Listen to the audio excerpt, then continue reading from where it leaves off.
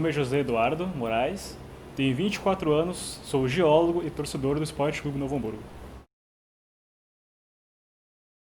A minha formação como torcedor, ela difere um pouco do usual, que é um adulto que leva uma criança para um estádio, ou mesmo uma criança que acompanha o esporte através da televisão, através do rádio e do jornal.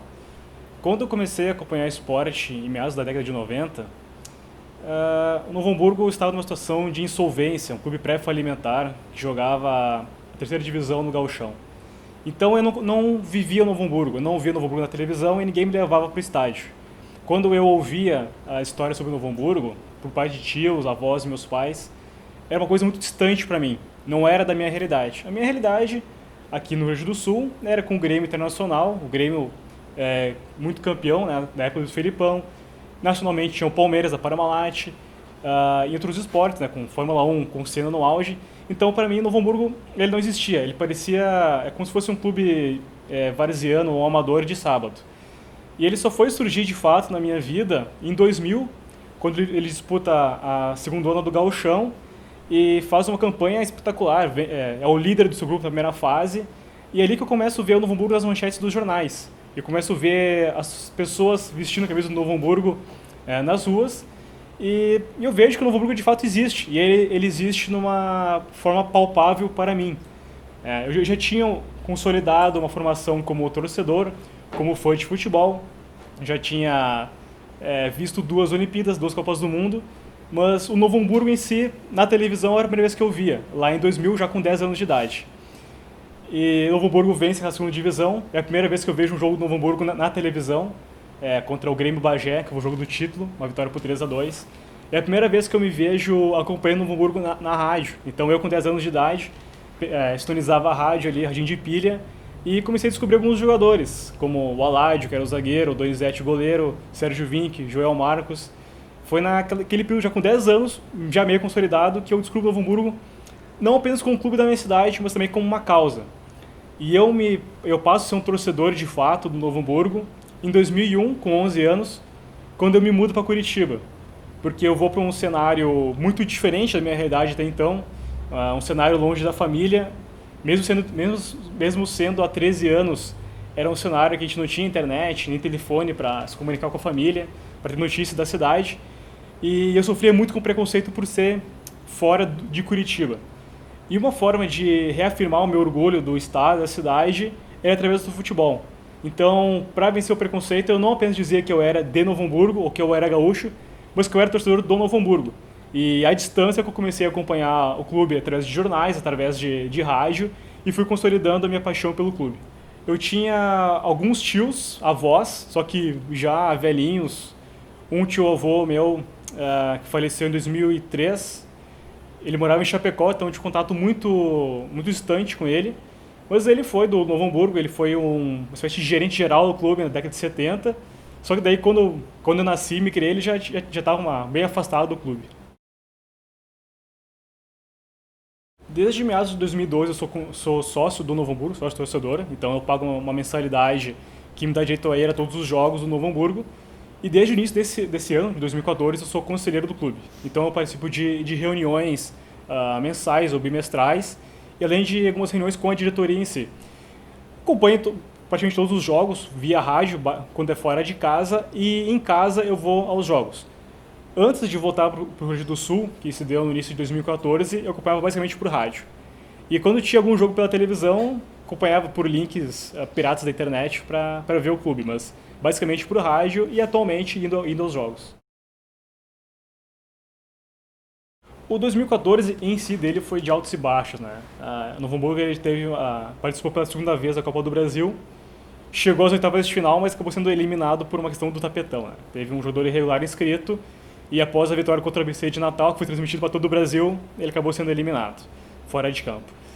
Então isso acabou que o clube teve que se reorganizar durante o segundo semestre, financeiramente sobretudo, conseguiu ser campeão metropolitano, que é a competição que a gente tem aqui no segundo semestre, mas não conseguiu a vaga à Série D, que é o que o clube almeja muito.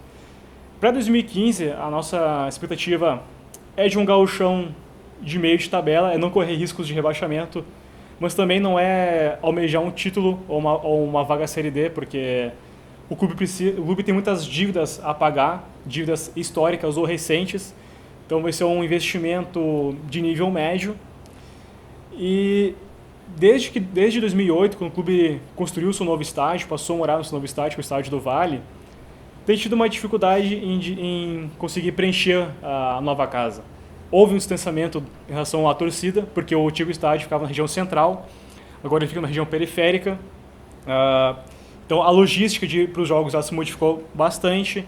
As próprias comunidades que envolvem o clube têm um censo demográfico muito diferente do que era anteriormente.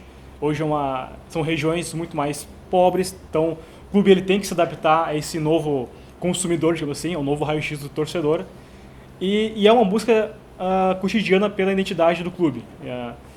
Então há um certo distanciamento entre diretoria e torcida, entre buscar novos torcedores. O Novo Hamburgo ele tenta, dentro desse espectro muito próximo da capital, ele tenta criar ou tenta buscar uma nova identidade. Então, a expectativa para o Gauchão é de nível médio, é não passar muitos problemas, muitos perrengues, como passamos em 2013, por exemplo.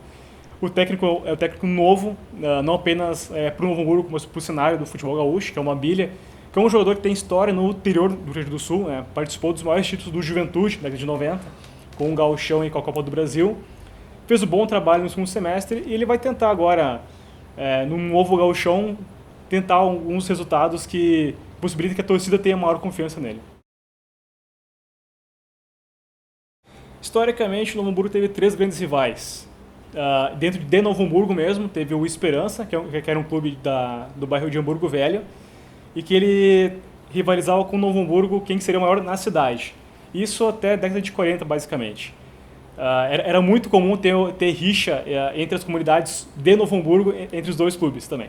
Só que o Esperança ele nunca teve uma ascendência estadual do tamanho do Novo Hamburgo. Quando o Esperança ele deixa o profissionalismo, quem passa a ser o grande rival é o Aimoré, até por uma questão das cidades. Novo Hamburgo se emancipa de São Leopoldo em 1927 e, claro, há uma rivalidade histórica entre as duas cidades. E o Aimoré, ele acaba pegando a parte de São Leopoldo e sendo o rival do Novo Hamburgo no futebol. Então, entre as décadas de 50 e 90, os dois rivalizam pela hegemonia regional do Vale dos Sinos. Quem que seria o melhor do Vale dos Sinos? No entanto, na década de 90, os dois clubes entram numa fase terrível economicamente, por causa da crise da indústria do calçado, afeta os dois clubes. O Aimoré se licencia do futebol profissional em 96 e o Novo Hamburgo ele acaba capengando entre terceiro e segundo ano do futebol gaúcho. E quando o Novo Hamburgo ele ressurge, o grande rival estabelecido é o 15 de novembro de Campo Bom. Então queria uma nova rivalidade e o 15 ele ascende muito estadualmente, no âmbito estadual ele é 3 vezes vice-campeão gaúcho, só que o Novo Hamburgo que estava ressurgindo, o 15 nunca venceu o Novo Hamburgo em si. E o 15 ele acaba entrando numa fase também de insolvência a partir de 2008, fecha o futebol profissional e que ressurge novamente o Aimoré. Então, atualmente, o novo rival é um antigo rival, que é o Aimoré. A rivalidade com o Aimoré é até um pouco diferente por causa da minha formação como torcedor. Então, a minha formação como torcedor do Novo Hamburgo, o meu rival era o 15 de Campo Bom. Porque eu via o 15 disputando o Gauchão contra o Inter e eu não queria isso, Eu queria que o Novo Hamburgo estivesse ali. O 15 era meio que aquele primo distante que virou rico da noite pro dia. E o Aimoré, quando todos os torcedores antigos do Novo Hamburgo diziam que o rival era o Aimoré, eu achava estranho. Pô, mas eu não vejo o Aimoré não jogava naquela época. E agora que o Aimoré ressurgiu, uma rivalidade que eu estou descobrindo aos poucos, mas que ela não é uma rivalidade meio que sanguinária, assim, de ter que matar o rival. Pra mim, até por tenho parentes em São Leopoldo, tenho amigos que torcem pro Aimoré, é uma rivalidade sadia, é uma rivalidade em que um procura ser melhor do que o outro, mas sem nada muito bélico entre os dois clubes. Para mim é o Loivo, Coração de Leão, foi ponteiro esquerdo na década de 60, depois jogou no Grêmio, Loivo Johan, seu nome, e que junto com seu irmão eles comandaram o ressurgimento do Novo Hamburgo nos anos 2000. Para mim foi o Preto, meio campo que surgiu em 2004, é um meio campo bem recente do Novo Hamburgo, e que sua história confunde um pouco com o ressurgimento do Novo Hamburgo no século XXI. Ele um jogador da própria cidade, que saiu muito cedo e retornou para ser campeão em 2005 da Emílio Peronte, da Copa RS, e levou o time até as finais da Série C. Para mim, o gol do Paulinho Macaíba nas semifinais do primeiro turno no Gauchão em 2012. O Novo Hamburgo jogava contra o Juventude, era um jogo único no estádio do Vale, jogo empatado em 2-2 até os 45 do segundo tempo, quando o Eduardo Martini, goleiro, pega a bola do escanteio, dá um balão para frente, o Márcio Rui toca de cabeça e o Paulinho Macaíba sai na cara do goleiro, toca por cobertura, faz o gol da classificação, da vitória da classificação. E é um jogo que passou pro Brasil inteiro. E eu, ao mesmo tempo que eu assistia o jogo, eu fazia ele no Twitter, por um minuto a minuto, pro site Toda a Cancha. Então eu tinha que, ao mesmo tempo que narrar o jogo, não poderia torcer muito, tinha que ser um pouco imparcial. E na hora do gol, assim, foi um roteiro que você imagina, mas nunca espera vivenciar. E naquele momento foi computador, televisão, e tudo que era lado. E mesmo morando em Curitiba, eu gritando, depois saí buzinando pela cidade, ninguém entendia muito bem o que era, mas foi tipo um momento de êxtase. É o time de 2005, né? O time campeão da Emílio Peronte, da Copa RS, da Série C, que tinha Luciano, Marcelo Dias e Luiz Henrique, Rafael, Márcio Rã, Pedro Ailbe, Alex Preto, Luiz Gustavo e Michael. A Copa Emílio Peronte de 2005. Essa que foi o... Me fala um pouquinho desse título. Bom, o que nós tivemos é que o gauchão naquele ano ele era um pouco diferente. O gauchão em si ele era jogado por cerca de 2 meses. E após o gauchão, todas as equipes que não estavam nas séries A e B do brasileiro jogavam um torneio para decidir os rebaixados e quem queria a Série C e a Copa do Brasil do ano seguinte. O Novo Hamburgo fez um gauchão péssimo, foi o penúltimo colocado, e a sorte dele é que não tinha rebaixamento. Porque o rebaixamento ele seria decidido nessa Copa Emílio Peronte. Então ela foi de meados de março até junho. E como o time foi muito mal no gauchão, a nossa expectativa era não ser rebaixado.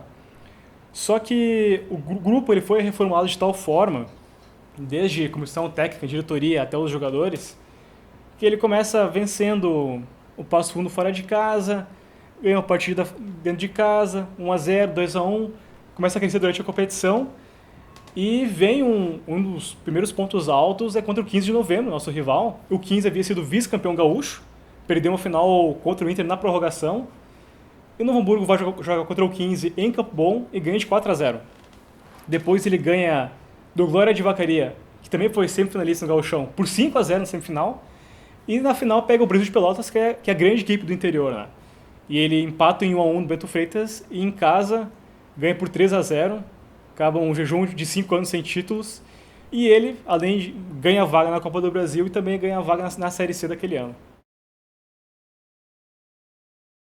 Bom, essa eu presenciei de fato, que foi no início desse ano. Primeira rodada do Gauchão 2014, clássico contra o Aimoré, no Cristo Rei. E nós torcedores entrando no espaço reservado ao Novo Hamburgo, lá no Cristo Rei, e uma chuva de pedra, concreto por cima da gente antes do jogo, durante o intervalo. A polícia nem aparecia para combater isso. Felizmente, entre aspas, foi só pedra arremessando, não teve contato físico, né? Mas foi alguns momentos de tensão ali antes do jogo e durante o intervalo. Esse é um problema do Novo Hamburgo em si, porque o Novo Hamburgo ele teve um hino composto na década de 40, se não me engano, que ele nunca foi musicado. Então existe a letra, só que ninguém fez uma música dele. E até que em 77 cria-se uma marchinha de carnaval que é para os 50 anos da cidade. E justamente por o Novo Hamburgo não ter um hino musicado, essa marchinha vira meio que um hino não oficial do clube. E quando o Novo Hamburgo faz um gol, seja na rádio ou na TV, essa marchinha durante muito tempo foi tocada. Até que em 2014, o clube resolveu fazer uma música que seria um hino para o centenário, que foi em 2011. Teve uns 3 anos de atraso, mas ele fez. Então é uma música muito recente e que não ficou muito no gosto da torcida. Ao mesmo tempo, um torcedor ele criou um hino não oficial, que alguns torcedores gostaram muito. E acabam cantando o hino durante os jogos. Mas eu, nem o hino não oficial da torcida, nem o hino do clube, eu sei muito bem. Eu sei só algumas estrofes da música, da marchinha do Novo Hamburgo, né? Que tanto que a segunda estrofe, tu vê que é uma referência à cidade. Que é 50 anos depois de glória e emancipação, viva a cidade do meu coração. É algo do tipo. Eu sou péssimo cantando, tenho uma memória muito ruim em relação disso. Mas eu lembro muito mais da música tocando do que cantando em si. Fora de campo, ela passou até um pouco acima da média. Tinha muita expectativa ruim em relação à logística, principalmente para quem viria de fora do país. Questão aos aeroportos, questão aos acessos aos estádios, questão as próprias arenas que estão sendo construídas. E acho que isso passou bem. Não tivemos atrasos em voos, nem muitos grandes problemas para chegar aos estádios. Dentro de campo, no âmbito geral, foi uma Copa de grande nível técnico, me surpreendeu positivamente. Eu pude assistir ao jogo entre a Argélia e a Coreia do Sul no estádio Beira-Rio. Jogo muito bom. Tive contato com as torcidas da Coreia do Sul e da Argélia. Povo muito festivo, inclusive com outras culturas, né? Os argelinos, em sua maior parte, são muçulmanos. Eu tinha até um receio de me aproximar deles, principalmente das mulheres. A gente não sabia como é que seria o contato com cultura ocidental cristã. E eles foram muito receptivos o tempo todo. Se comunicaram tanto em inglês quanto em francês muito bem, né? Vi muitos brasileiros se comunicando bem em inglês, foi até um ponto bem positivo. Brasileiros de todas as classes sociais se comunicando em inglês, tentando se comunicar e passando muito bem por média, né? Dentro de campo foi uma Copa espetacular, em que as torcidas confraternizaram dentro dos estádios e fora dos estádios, e que o ponto baixo foi aquele que ninguém esperava, que foi dentro de campo parte do Brasil em si, né? Eu acompanhei de muito perto a reforma da Arena da Baixada, porque eu morei em Curitiba entre 2001 e 2013. O estádio ficava próximo à minha casa, então foi o primeiro estádio em formato de arena do Brasil e que eu pude conhecer, né, desde muito cedo. Vi as reformas da Arena da Baixada, desde a época que ela era com um arquibancada de cimento até serem colocadas as cadeiras, até ser preenchido o anel inferior.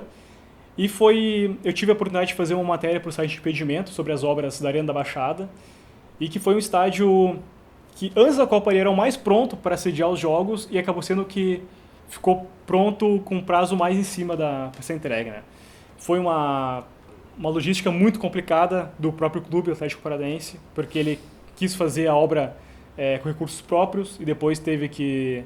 A Prefeitura de Curitiba foi quem botou mais dinheiro ali, o Estado nem colocou tanto quanto a Prefeitura. Gerou uma série de perguntas até que ponto valeria o poder público colocar dinheiro numa obra privada, algo que eu particularmente sou contra, né? Acho que a Prefeitura e o Estado têm que ajudar no entorno, não no estádio em si. E os estádios, eles têm uma dificuldade que eu vejo, é como que vão se pagar, como que nós vamos torná-los rentáveis ao longo do tempo. Nas 9 principais praças que sediaram as Copas do Mundo, você consegue bancar a médio prazo, médio e longo prazo, por terem clubes de séries A, B e C com torcidas estabelecidas e cidades populosas, então você consegue ter um poder aquisitivo, uma população com poder aquisitivo para irem aos estádios, embora eu seja totalmente contra os ingressos praticados. Não há jogo de futebol no Brasil que valha mais de R$ 40 o preço mínimo do ingresso. Mas eu acho que é uma realidade que a gente pode se adaptar. Acho que o futebol brasileiro ele comporta tanto estádios, arenas chamadas de primeiro mundo, com assentos demarcados, quanto os velhos estádios com arquibancada de cimento. Acho que são públicos distintos, mas que a gente tem público para isso.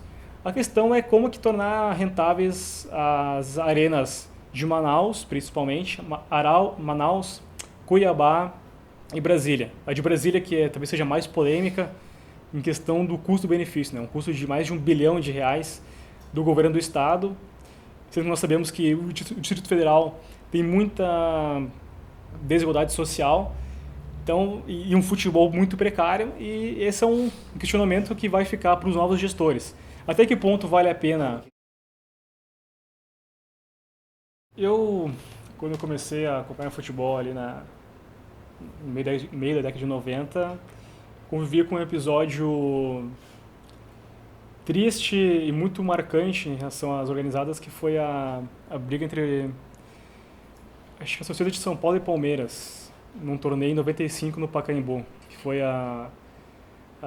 teve até uma morte de um torcedor, a pauladas, um torneio até meio amistoso entre aspirantes.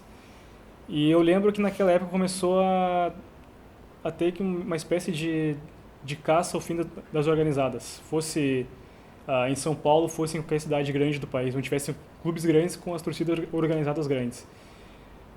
Durante o meu acompanhamento em estádios de futebol, todos os estádios que eu fui haviam organizadas, e é inegável que o show musical delas, digamos assim, é muito bonito. O show pirotécnico que elas fazem são muito aprazíveis. No entanto, há um temor grande em relação às brigas que elas provocam.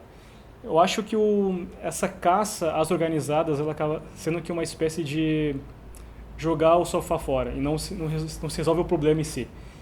O problema não é você ter uma torcida organizada, o problema é você tornar o ambiente do futebol tão bélico a ponto de que só apenas pessoas mal intencionadas compareçam às organizadas, e que elas se tornem uma espécie de fábrica ou depósito de pessoas de má índole ou pontos de tráfico de drogas.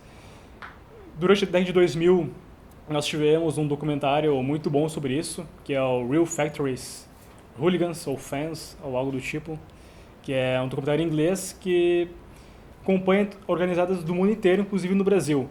E as cenas que se vê são cenas chocantes, né, de como que as organizadas se tornaram uma espécies de poderes paralelos dentro dos clubes e mesmo para a sociedade civil.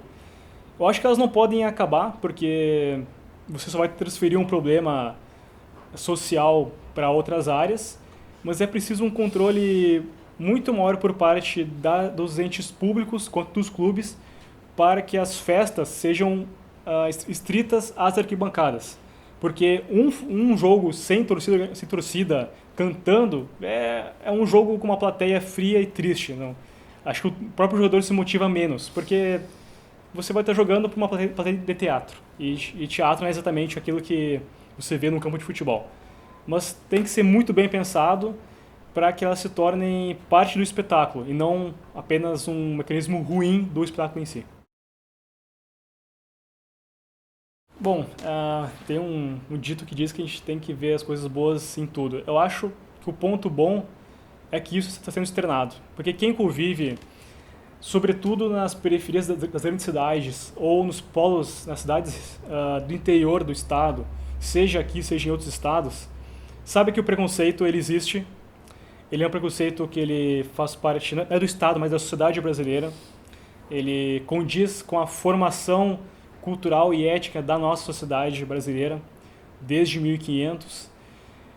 E não é surpresa para quem convive diariamente, seja num campo de futebol, seja pegando ônibus, seja procurando emprego, seja nas escolas, que existe o preconceito. É triste que nós tenhamos isso em 2014, mas ao mesmo tempo é bom que ele esteja externado e que as pessoas ofendidas elas tenham conforto na hora de procurar abrigo para lutar contra o preconceito.